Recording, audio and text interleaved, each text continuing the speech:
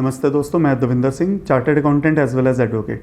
Simplifying GST that has been the mantra over my YouTube channel. दोस्तों, आज जिस instruction की मैं आपके साथ बात करने वाला हूँ, ये इंस्ट्रक्शन है 03/2023।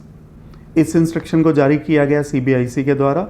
इंस्ट्रक्शन काफ़ी लेटेस्ट है। ये कल ही ये इंस्ट्रक्शन जारी की गई है सीबीआईसी के द्वारा, कल यानी कि 14 जून 2023 को।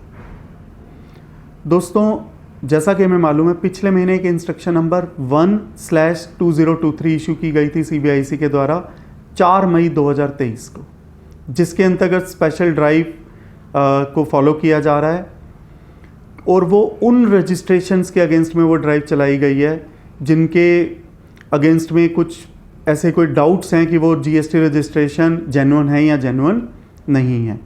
पर वो जो ड्राइव चालू की गई है, वो जो ड्राइव चलाई जा रही है, वो चलाई जा रही है एग्जिस्टिंग जीएसटी रजिस्ट्रेशंस के अगेंस्ट। इस इंस्ट्रक्शन के थ्रू जो लोग नया जीएसटी का रजिस्ट्रेशन लेना चाहते हैं, उसके लिए भी डिपार्टमेंटल ऑफिशियल्स के लिए इंस्ट्रक्शन को जारी किया गया है कि किन बातों का ध्यान रखा जाए जीएसटी रजिस्ट्रेशन देने से पहले। तो ना सिर्फ उन लोगों के अगेंस्ट में GST registration drive, GST verification drive को चलाया जा रहा है जिनके पास ऑलरेडी से जीएसटी रजिस्ट्रेशन पहले से है। इस इंस्ट्रक्शन के थ्रू उन इंस्ट्रक्शन का, उन बातों का भी ध्यान रखना जरूरी है, उन गाइडलाइंस का भी ध्यान रखना जरूरी है कि नया रजिस्ट्रेशन देने से पहले, नया रजिस्ट्रेशन ग्रांट करने से पहले किन बातों का ध्यान रखा जाए।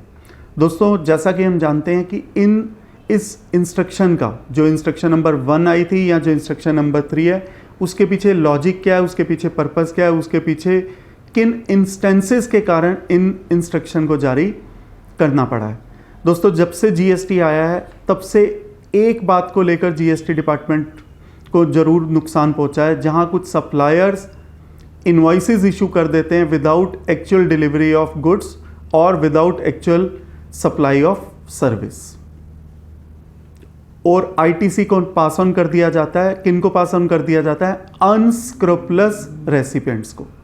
जिस वर्ड का इस इंस्ट्रक्शन में यूज किया गया रेसिपिएंट के लिए, वो वर्ड है अनस्क्रूपुलस, मींस इमोरल या नॉट फेयर या नॉट करेक्ट जो रेसिपिएंट्स हैं। तो काफ़ी हार्श वर्ड का प्रयोग किया गया है। और साथ के साथ ये भी एक चीज़ पाई गई है कि कुछ लोगों के डॉक्यूमेंट्स का फेक यूटिलाइज कर दिया जाता है, जिससे लोग जीएसटी रजिस्ट्रेशन ले लेते हैं, फिर उनके जीएसटी रजिस्ट्रेशन को मिसयूज करते हुए कुछ रेसिपिएंट्स को, कुछ ऐसे अनस्क्रूपुलस रेसिपिएंट्स को आईटीसी पास ऑन कर दिया जाता है। जैसा कि हमने पिछले महीने ये भी पढ़ा था कि गुजरात में कुछ वीकर सेक्शन के लोगों को आधार सेंटर ले जाया गया, उनको कुछ पैसे का लालच दिया गया, उनके आधार को अपडेट किया गया और उनके आधार को ऐसे मोबाइल नंबर के साथ लिंक किया गया जो मोबाइल नंबर उन वीकर सेक्शन वाले लोगों से संबंधित नहीं थे। तो कुछ ऐसे जो मास्टरमाइंड थे, जो ऐसा गलत काम कर रहे थे, उन्होंने अपने मोबाइल नंबर्स को इनके साथ कनेक्ट किया ताकि उन वीकर सेक्शन या कुछ ऐसे लोगों के डाटा को यूज़ करके ये जीएसटी रजिस्ट्रेशन ले लें, और ताकि गवर्नमेंट एक्सचेकर को नुकसान पहुंचाया जा सके। तो इस वजह से भी इस इंस्ट्रक्शन को जारी किया गया है। अब अगर मैं इस इंस्ट्रक्शन की और डिटेल में अगर आपके साथ बात करूं, जैसा कि हम जानते हैं जो जीएसटी रजिस्ट्रेशन है वो REG 1 में फॉलो किया गया है, REG 1 में अप्लाई किया जाता है। और क्योंकि काफ़ी कम समय अवेलेबल होता है प्रॉपर ऑफिसर के पास रजिस्ट्रेशन को देने या रिजेक्ट करने के लिए, क्योंकि अगर उस टाइमलाइन के अंदर अगर प्रॉपर एक्शन ना लिया जाए प्रॉपर ऑफिसर के द्वारा, तो रजिस्ट्रेशन डीम्ड अप्रूवल मान लिया जाता है, ऑटोमेटिकली ग्रांट हो जाता है। तो अफसर के पास काफ़ी कम टाइम रहता है, इसलिए ये कहा गया कि जैसे ही REG 1 की एप्लीकेशन आए, उसको इमीडिएट बेसिस पर अफसर को उसको स्क्रूटनाइज करना है, डॉक्यूमेंट्स को देखना है कि जो डॉक्यूमेंट्स लगाए हैं वो डॉक्यूमेंट्स वही प्रेस्क्राइब हैं जो REG 1 के इंस्ट्रक्शन में दिए गए हैं, वो लेजिबल हैं, कंप्लीट हैं, रेलेवेंट हैं। इस बात को भी देखना है। लेजिबल मीन्स वो बिल्कुल क्लियर होने चाहिए, जो उनकी कॉपी है वो पढ़ने में कोई दिक्कत नहीं आनी चाहिए डिपार्टमेंट के अफसर को, वो कंप्लीट होने चाहिए और वो रेलेवेंट होने चाहिए। ऐसा ना हो कि जो एड्रेस प्रूफ लगाया है वो तो एड्रेस प्रूफ एड्रेस A से संबंधित है और जो रजिस्ट्रेशन लिया जा रहा है वो एड्रेस B पर लिया जा रहा हो। साथ के साथ अफसर के ऊपर इस बात को भी कहा गया है कि वो इनको ऑथेंटिसिटी के लिए वेयर एवर पॉसिबल चेक कर ले कंसर्न्ड अथॉरिटीज से। जैसे अगर किसी पर्सन ने अपना कोई लाइसेंस लगाया है तो लाइसेंसिंग अथॉरिटी से चेक कर लो वो लाइसेंस रियल है या फेक है, वो जेन्युइन है या जेन्युइन नहीं है। किसी ने प्रॉपर्टी पेपर लगाए हैं तो रजिस्ट्रार से चेक कर लिया जाए कि वो प्रॉपर्टी पेपर जेन्युइन है या जेन्युइन नहीं है। जबकि मेरी सोच में ये बात रहेगी, क्योंकि जो टाइम मिलता है प्रॉपर ऑफिसर को रजिस्ट्रेशन देने या रिजेक्ट करने के लिए वो सिर्फ 7 वर्किंग डेज़ है जहाँ पर आधार की ऑथेंटिकेशन हुई है, या 30 वर्किंग डेज़ है जहाँ आधार की ऑथेंटिकेशन नहीं हुई है। तो प्रॉपर ऑफिसर को ये सारा काम काफ़ी जल्दी से करना पड़ेगा। साथ के साथ जो DGARM एक संस्था है, directorate general of analytics and risk management, DGARM, वो उस एप्लीकेशन रेफरेंस नंबर को भी ये बता देगी GST के अफसरों को कि जो ARN है उसके साथ हाई रिस्क एसोसिएटेड है, मीडियम रिस्क एसोसिएटेड है या लो रिस्क एसोसिएटेड है। तो GST अथॉरिटीज़ को ये भी देखना है कि DGARM से जो ARN का रिस्क एसोसिएशन है वो हाई है, मीडियम है या लो है।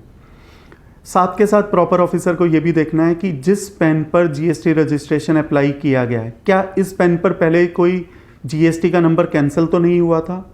वो GST का नंबर जो कैंसिल हुआ था वो सुओ मोटो कैंसिल हुआ था डिपार्टमेंटल ऑफिशियल्स के द्वारा, या उसने कैंसिलेशन की एप्लीकेशन लगाई थी।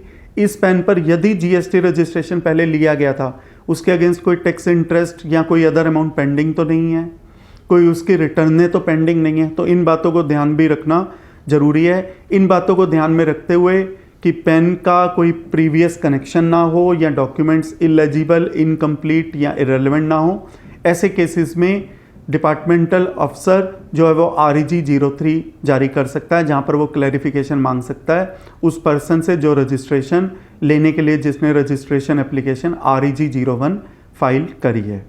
जहाँ पर REG 03 इशू किया गया, क्लैरिफिकेशन सीख की गई, वहाँ पर वो पर्सन अपना रिस्पॉन्स सबमिट करेगा REG 04 में। अगर रिस्पॉन्स से प्रॉपर ऑफिसर सेटिस्फाई है तो रजिस्ट्रेशन दे दिया जाएगा, अगर सेटिस्फाई नहीं है तो REG 05 के थ्रू रजिस्ट्रेशन की एप्लीकेशन को रिजेक्ट कर दिया जाएगा।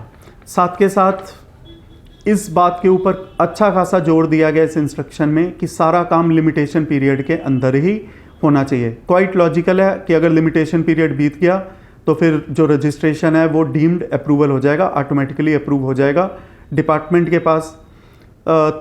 तब ये पॉइंट नहीं बचेगा कि जिसको रजिस्ट्रेशन नहीं देना चाहिए था, ऐसे केसेस में उन लोगों को भी रजिस्ट्रेशन मिल जाएगा। साथ के साथ इस बात का भी इस इंस्ट्रक्शन में जिक्र है कि जहाँ पर आधार का ऑथेंटिकेशन नहीं है वहाँ पर प्रॉपर ऑफिसर यदि चाहे तो फिजिकल वेरिफिकेशन उसको करवाना यहाँ पर तो ज़रूरी है, जहाँ पर आधार ऑथेंटिकेशन हुआ ही नहीं है, और वो इंस्पेक्टर की रिपोर्ट भी लेगा REG 30 के अंदर। बट अदरवाइज केसेस में भी जहाँ पर आधार का ऑथेंटिकेशन हुआ भी है वहाँ पर भी फिजिकल वेरिफिकेशन करवाई जा सकती है अगर प्रॉपर ऑफिसर की वैसी ओपिनियन फॉर्म होती है।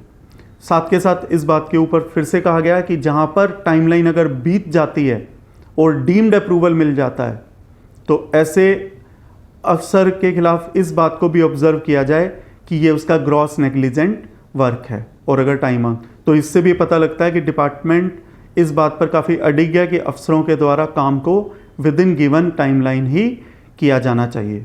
और लास्ट में ये वाली बात को कहा गया है कि जहाँ पर रजिस्ट्रेशन अलॉट कर दिया जाता है डीम्ड बेसिस पर, मींस गिवन टाइमलाइन में अगर प्रॉपर अफसर अपना काम नहीं कर पाया और डीम्ड अप्रूवल मिल गया उस पर्सन को जिसने रजिस्ट्रेशन की एप्लीकेशन डाली थी, या उन केसेस में जहाँ पर DGARM ने हाई रिस्क एसोसिएशन का लिंक कहा गया है, और ऐसे केसेस में अगर फिजिकल वेरिफिकेशन नहीं हुई है तो ऐसे केसेस में रजिस्ट्रेशन देने के बाद with in 15 days physical verification करवाई जाए, ताकि ये एस्टेब्लिश किया जा सके कि जिसको रजिस्ट्रेशन दिया गया है वो जेन्युइन पर्सन है या नहीं है।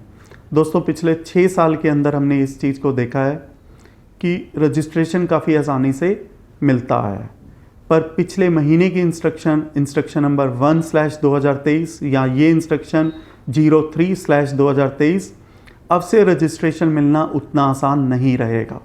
तो कुछ गलत लोगों की वजह से कुछ अच्छे लोगों को भी कुछ मुसीबत का सामना करना पड़ सकता है, पर देश के हित के लिए तो मैं समझता हूँ काफ़ी इंस्ट्रक्शन का ज़रूरी है, क्योंकि जब से GST आया है सिर्फ एक ही बात के ऊपर ये GST चलता आया है, input tax credit, fraudulent input tax credit, wrongful availment और utilisation of input tax credit. तो इनपुट टैक्स क्रेडिट का जो खेल खेला गया पिछले 6 साल में, तो इन इंस्ट्रक्शन से शायद इसके ऊपर कुछ लगाम लग सके कि आईटीसी उन्हीं लोगों को मिल पाए एक जहां प्रॉपर चेन हो, जहां एक्चुअल सप्लाई ऑफ गुड्स या सर्विस हुई हो, जिन्हों और जो व्यक्ति जेन्युइन होते हैं वो ऐसे गलत काम नहीं करते हैं। तो रजिस्ट्रेशन से इस बात को इंश्योर किया जाए कि रजिस्ट्रेशन लेने वाला व्यक्ति वही है जो जेन्युइन हो, और शायद इसी वजह से इन इंस्ट्रक्शन को जारी किया गया है। दोस्तों, मैं उम्मीद करता हूं कि इस इंस्ट्रक्शन के अंदर 3 और इंस्ट्रक्शन नंबर 1 से संबंधित जो बातें मैंने आपसे डिस्कस की हैं, ये आपके बिजनेस एंडेवर्स के लिए और आपके प्रोफेशनल एंडेवर्स के लिए काफ़ी यूज़फुल साबित होंगी। धन्यवाद।